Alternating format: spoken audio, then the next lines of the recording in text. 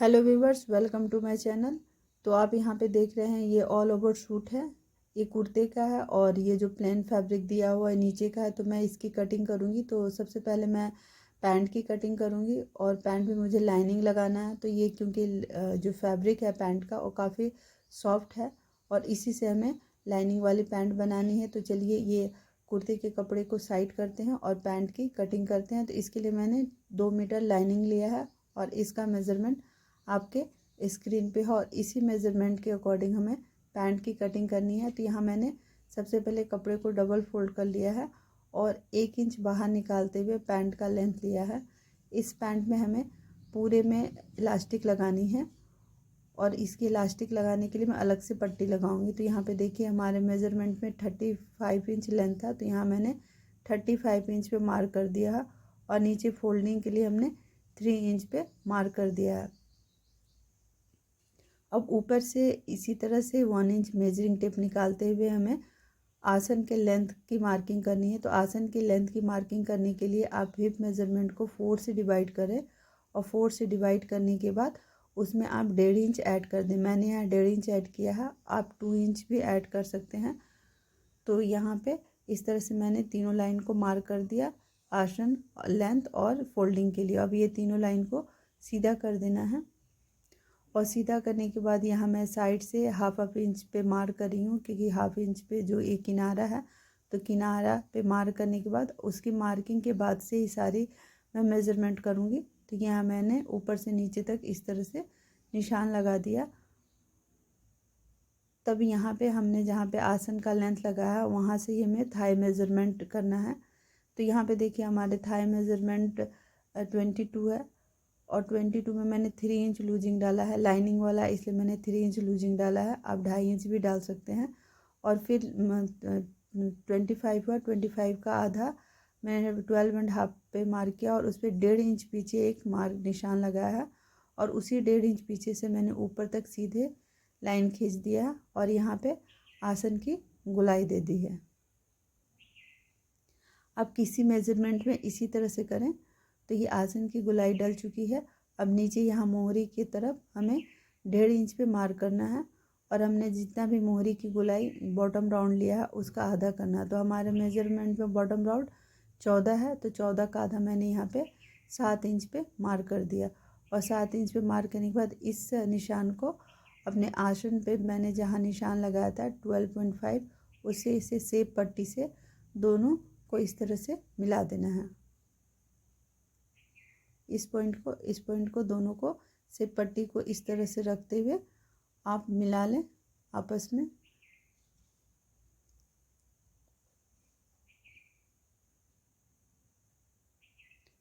और इस सेब पट्टी को ऐसे टर्न करते हुए इस किनारे पे जहाँ आसन का लेंथ से लेके नीचे लेंथ तक इस तरह से इसे मिला देना है और एक इस तरह से सेब पट्टी रखते हुए और आप इस तरह से मिला दें। अब ऊपर में यहाँ पे हमें इस तरह से पलटते हुए हिप की गोलाई देनी है इस तरह से और नीचे जहाँ हमने फोल्डिंग के लिए कपड़ा रखा वहाँ से लेंथ से लेके क्रॉस में मिला लें।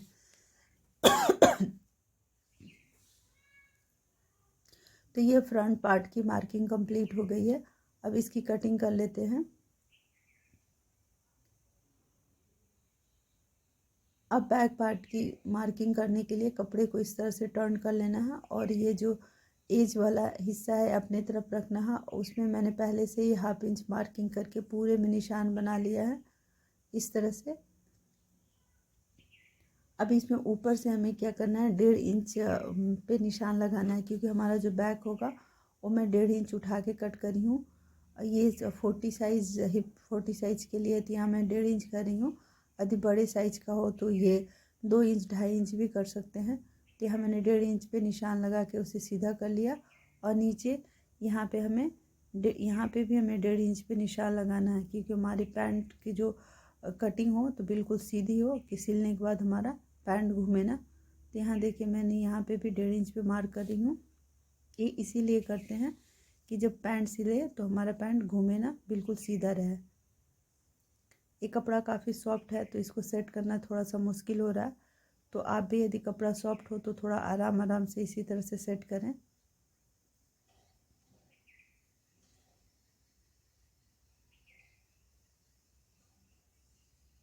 तो इस तरह से ऊपर 1.5 इंच छोड़ते हुए पैंट को, फ्रंट पार्ट को इस तरह से बिठाना है। अब बिठा के अच्छे से सेट कर देना है। तो ये हमारे एज की तरफ दोनों पैंट की कटिंग तो सेम होगी, दोनों पार्ट की मार्किंग सेम होती है। जो भी चेंज करने होते हैं हमें आसन की तरफ चेंज करने पड़ते हैं। तो यहाँ पे हम मोहरी की तरफ से 1.5 इंच ले रहे हैं। ये अच्छे से पहले सेट कर दें। सेट करने के बाद यहाँ मोहरी की तरफ से 1.5 इंच लेना है। इस तरह से लाइन को सीधा करते हुए 1.5 इंच पे मार्क कर दें। 1.5 इंच एक्स्ट्रा लिया और आसन की तरफ हमें 2 इंच पे मार्क करना है। यदि आपको लूज चाहिए तो आप यहाँ पे 2.5 इंच पे भी मार्क कर लें। और यहाँ से भी हमें 1.5 इंच पे ही मार्क करनी है और लंबाई में भी 1.5 इंच उठाना है।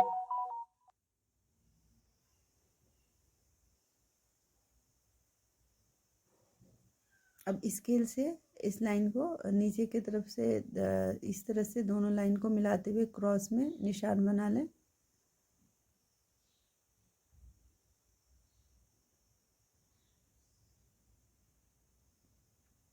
और यहाँ पे भी स्केल से इस तरह से ऊपर से नीचे इस तरह से लाइन मिला लेना है।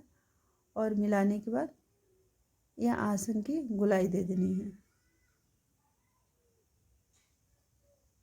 आसन की गोलाई देने के बाद जो ये आसन के पास मैंने 2 इंच एक्स्ट्रा मार्क किया है, निशान लगाया और मोहरी के पास 1.5 इंच, दोनों को इस तरह से कर्व स्केल से मिला लेना है।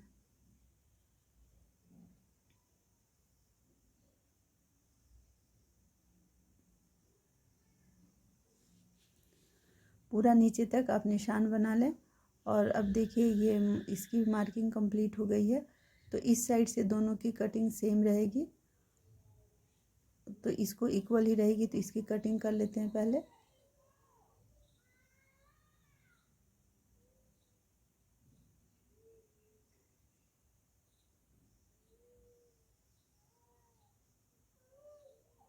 तो इसकी कटिंग हो गई है। अब ये पैंट के जो फ्रंट पार्ट को आप साइड कर लें और जो निशान लगाया उस निशान पे आप कटिंग कर लें। तो यहाँ ये कमर की तरफ मैंने जो तिरछे में निशान लगाया था उसकी कटिंग कर रही हूँ। और इस तरह से हमारी कटिंग कंप्लीट हो गई है। और यहाँ पे जो हमने लेंथ का निशान लगाया था उसे ऐसे फोल्ड करके एक कट लगा दें, ताकि आप जब सिलें तो ये आसानी हो कि हमारे लेंथ का निशान आसानी से पता चल सके। तो ये हमारा कट लग गया। अब ये बचे हुए कपड़े से मैं जेब और बेल्ट बनाऊंगी। तो जेब कटिंग करने के लिए कपड़े को मैंने ऐसे डबल फोल्ड में कर लिया है। और यहाँ पे मैं जेब की लेंथ 11.5 11.5 इंच रख रही हूँ और जेब की चौड़ाई 8 इंच रख रही हूँ। ये जेब बड़े साइज का है।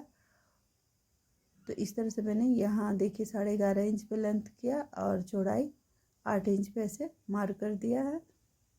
अब इसे एक बॉक्स का शेप दे देती हूँ। यहाँ से 3 इंच पे मार्क कर देना है और नीचे से इस तरह से गोलाई लेते हुए आप इस तरह से इसे मिला दें। तो ये पैंट का फ्रंट एक जेब की कटिंग हो गई है और हमें पैंट में 2 जेब लगाना है। तो इसलिए अब मैं 2 जेब की कटिंग करूँगी। तो ये जेब कटिंग हो जाने के बाद इसी को रख के मैं दूसरे जेब की कटिंग करूँगी।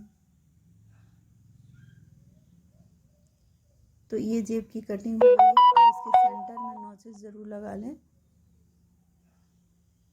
और इसे ही रख के दूसरे जेब की भी कटिंग कर लें।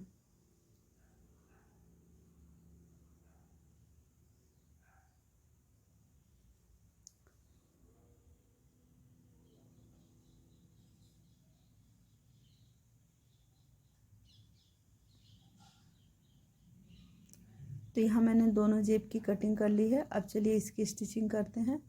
तो स्टिचिंग करने के लिए यहाँ पे मैंने जिस तरह से पैंट की कटिंग की थी उसी तरह से लाइनिंग की कटिंग कर ली हूँ।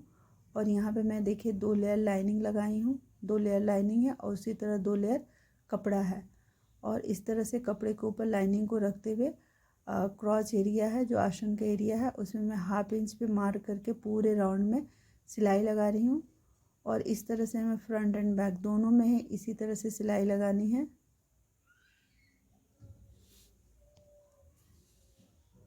तो ये सिलाई लग के कंप्लीट हो चुकी है। अब मैं इसे टर्न करूँगी। तो टर्न करने के लिए पहले आप अस्तर के एक लेयर को दूसरी तरफ कर दें। तो हमारा एक लेयर ये अस्तर हो गया और पीछे साइड से एक लेयर कपड़ा, और इस तरह से देखिए एक लेयर कपड़ा और एक लेयर अस्तर मिला के इस तरह से कर देना है। तो ये हमारी सिलाई देखिए बहुत ही फिनिशिंग से ढक गई है और ये देखने में भी अच्छा लगता है और ऐसे भी नहीं दिखते हैं। तो अब इस लाइनिंग के साथ इसको अच्छे से अटैच करना है मेन फैब्रिक को। तो ये मैं बॉल पिन से सेट करके लाइनिंग और मेन फैब्रिक को अटैच कर ले रही हूँ। तो ये देखिए हमारे दो अटैच हो चुका है। तो ये बैक पार्ट में लाइनिंग और फैब्रिक को अटैच कर लिया है और उसी तरह से फ्रंट पार्ट में भी मैंने अटैच कर लिया है। तो अब मैं इसमें जेब लगाऊंगी। तो जेब लगाने के लिए मैं बैक पार्ट को साइड कर देती हूँ, फ्रंट में पार्ट को लेना है, उसको अच्छे से सेट कर देना है और सेट करने के बाद दोनों साइड जेब लगाना है।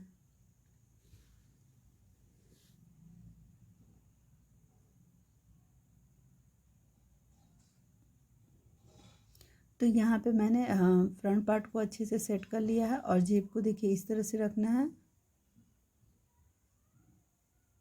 जो लंबाई वाली एरिया है वो पैंट के किनारों पे रखना है।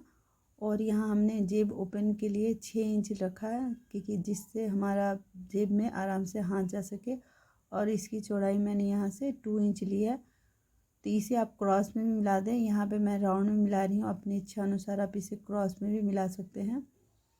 और दोनों साइड मुझे जेब लगाना है, तो दूसरे जेब को भी मैंने इसके ऊपर रख लिया और ऐसे टर्न कर उसके ऊपर रख के इस तरह से टैप कर दिया है। तो दूसरे जेब पे भी निशान उठ गया है। इसे मैं फिर से डार्क कर लेती हूँ चॉक से। तो ये डार्क कर लिया। अब दोनों साइड जेब इस तरह से रखना है और जिस पे निशान लगा है उसी पे हमें सिलाई लगानी है। तो ये दोनों जेब पे सिलाई लग चुकी है।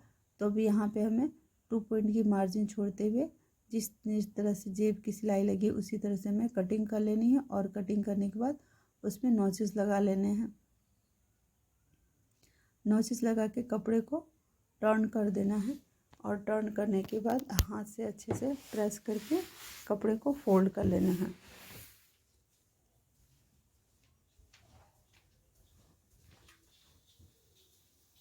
तो यहाँ पे इस तरह से मैंने फोल्ड कर लिया। अब 1 पॉइंट की मार्जिन लेते हुए पूरे जेब में दोनों साइड सिलाई लगा लें। तो ये दोनों साइड सिलाई लग चुका है। अब यहाँ पे हमने जहाँ पे जेब के लिए सेंटर में नॉचेस लगाए थे उसे ऐसे पकड़ना है, ऐसे फोल्ड करके डबल कर लेना है और ये पैंट के ऊपर वाले हिस्से पे उसको बॉल पिन से सेट कर देना है।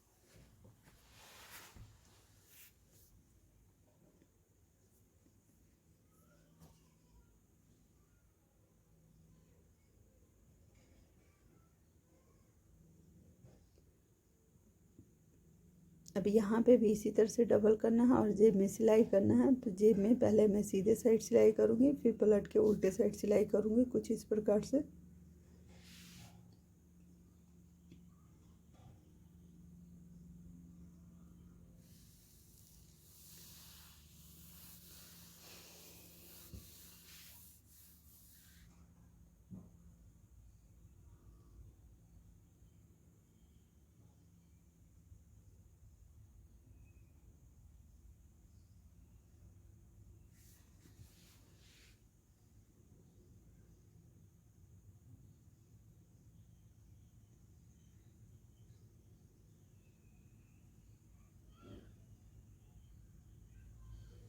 तो इस तरह से जेब में सिलाई लग चुका है और जेब को भी अच्छे से टर्न करके इसकी भी सेटिंग कर लें।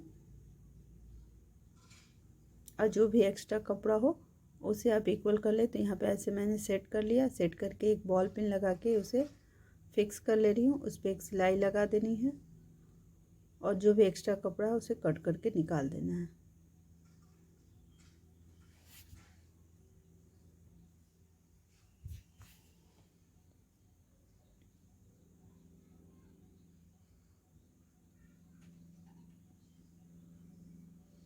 अब ये फ्रंट पार्ट को अच्छे से सेट करके पूरा फैला लें अब फैलाने के बाद इसके ऊपर बैक पार्ट को पलट के इस तरह से रखें और रख के ऊपर एक सिरे से लेके नीचे जहाँ तक हमने लेंथ का निशान लगाया था वहाँ से 1.5 इंच ऊपर, क्योंकि हमें 1.5 इंच की स्लीट कट बनानी है, तो वहाँ से 1.5 इंच ऊपर एक निशान लगाना है। देखिए इस साइड में आपको दिखाती हूँ, इस तरह से पैंट को दोनों को इक्वल कर लेना है और जहाँ से लेंथ का निशान है वहाँ से 1.5 1.5 इंच पे एक निशान लगाना है। ऊपर से 3 पॉइंट की मार्जिन लेते हुए जहाँ हमने ऊपर 1.5 इंच निशान लगाया वहाँ तक लेके आना है।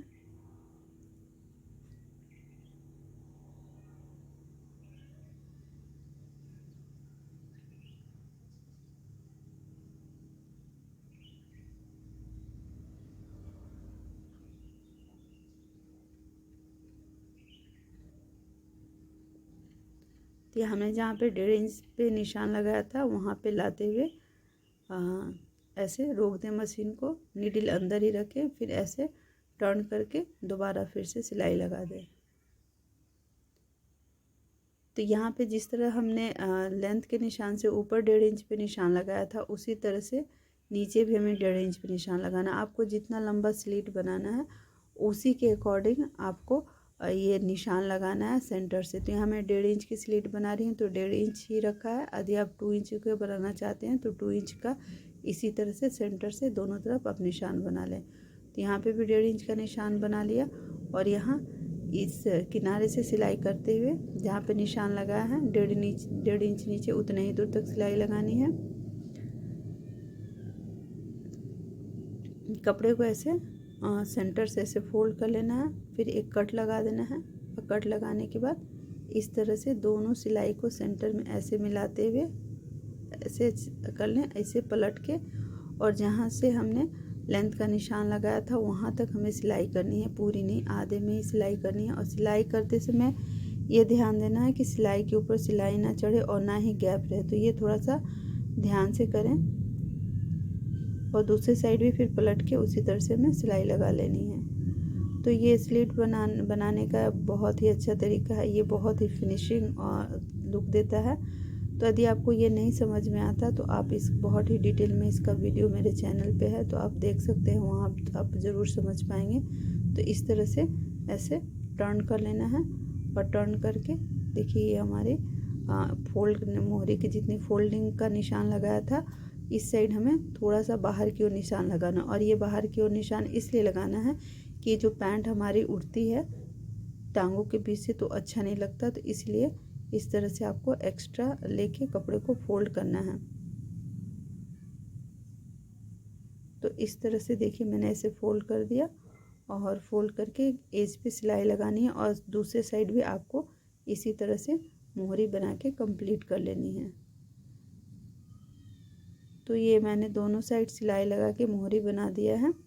अब मैं इसे ऐसे डबल में फोल्ड करके पूरे एक छोर से लेके पैंट के दूसरे सिरे तक ये सिलाई लगा रही हूँ। यहाँ पे भी थ्री पॉइंट की मार्जिन लेते हुए सिलाई लगाएं। यहाँ मैंने 1.5 इंच का कपड़ा लिया है इसलिए मैं 3 पॉइंट की मार्जिन ले रही। यदि आप 2 इंच ले रहे हैं तो आप आधा इंच की मार्जिन लेके सिलाई कर लें। तो इस तरह से खींचते हुए फिर से दोबारा सिलाई लगाएं। अब देखिए हमें कमर में रबड़ लगानी है, तो इसके लिए बेल्ट बनानी है। तो मैं पूरे बेल्ट की मेज़र करूँगी, पैंट के पूरे राउंड में मेज़र कर रही हूँ। तो यहाँ पे 44 हो रहा है मेज़रमेंट में। तो इसमें हमें 1 इंच एक्स्ट्रा लेना है कपड़े के लेंथ में।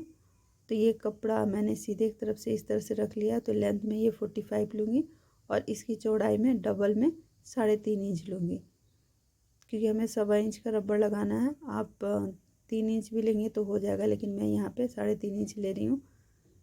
तो इस तरह से 3.5 इंच पे हमने मार्जिन लेके इस तरह से मैंने फोल्ड कर लिया है। ये कपड़ा डबल फोल्ड में है और अब इसे हमें जितना चौड़ा रबड़ है इस तरह से फोल्ड करते हुए हाथ से या प्रेस से इसको सेट कर देना है।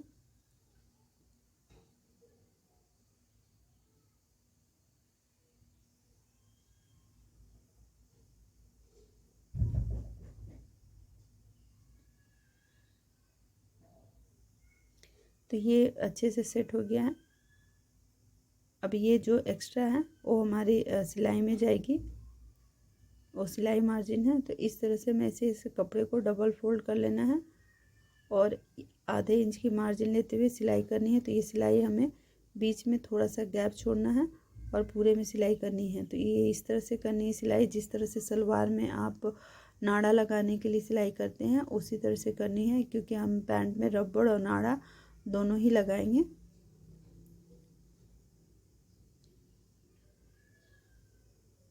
तो इस तरह से आधे में सिलाई लगा के फिर टर्न कर लेनी है और फिर दूसरे साइड में भी हमें थोड़ी दूर तक सिलाई लगानी है और बीच में गैप छोड़ना है, आधे इंच के आसपास इतना हमें गैप छोड़ना है। फिर कपड़े को इस तरह से दोनों तरफ फैला के उसके ऊपर से एक बार फिर से सिलाई लगा लेनी है।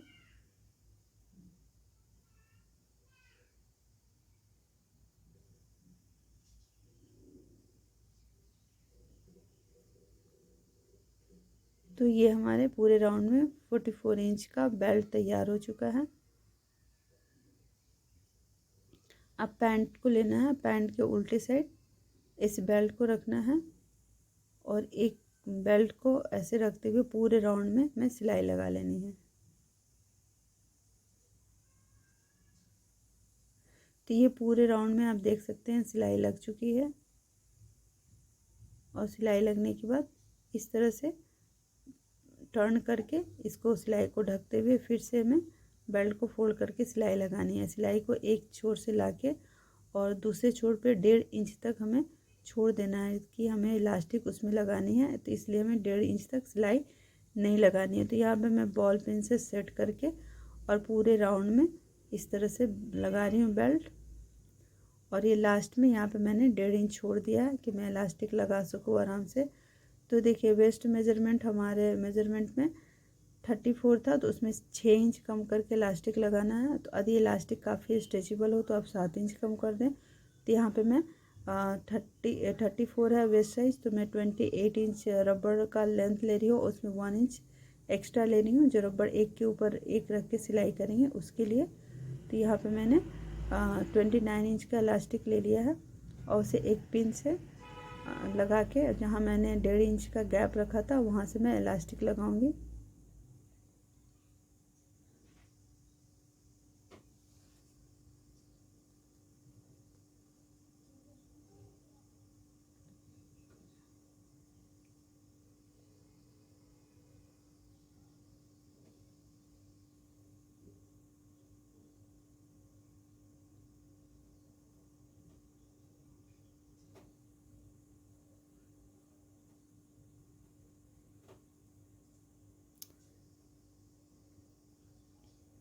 तो ये आप देख सकते हैं इलास्टिक को मैंने एक के ऊपर एक रख के मजबूती से सिलाई कर लिया है। आप भी इसी तरह से मजबूती से सिलाई कर लें, ऐसे पूरे अच्छे से रबड़ को खींच लें कि रबड़ सेट हो जाए।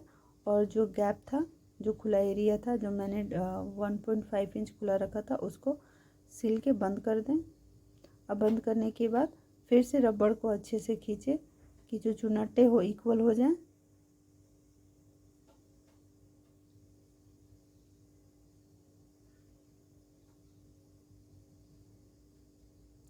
तो इस तरह से मैंने रबड़ को खींच के पूरे अच्छे से सेट कर दिया और यह सेंटर से पूरे में मैं सिलाई लगा ले रही हूँ। रबड़ के बीचों में रबड़ के ऊपर से सिलाई लगानी है।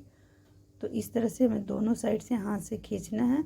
और जब आप सिलाई लगाएं तो ये ध्यान दें कि जो हमारी चुन्नटें हों इक्वल हो, रबड़ इक्वल रहे, कहीं कम ज़्यादा ना हो। और इस तरह से करके हमें रबड़ को लगा लेनी है और बीच में जहाँ में यहाँ गैप है और यहीं पे पिन के माध्यम से आप डोरी लगा लें। तो ये देखिए हमारा पैंट बन के तैयार हो गया है। वीडियो यदि अच्छा लगे तो लाइक एंड सब्सक्राइब कीजिए। धन्यवाद।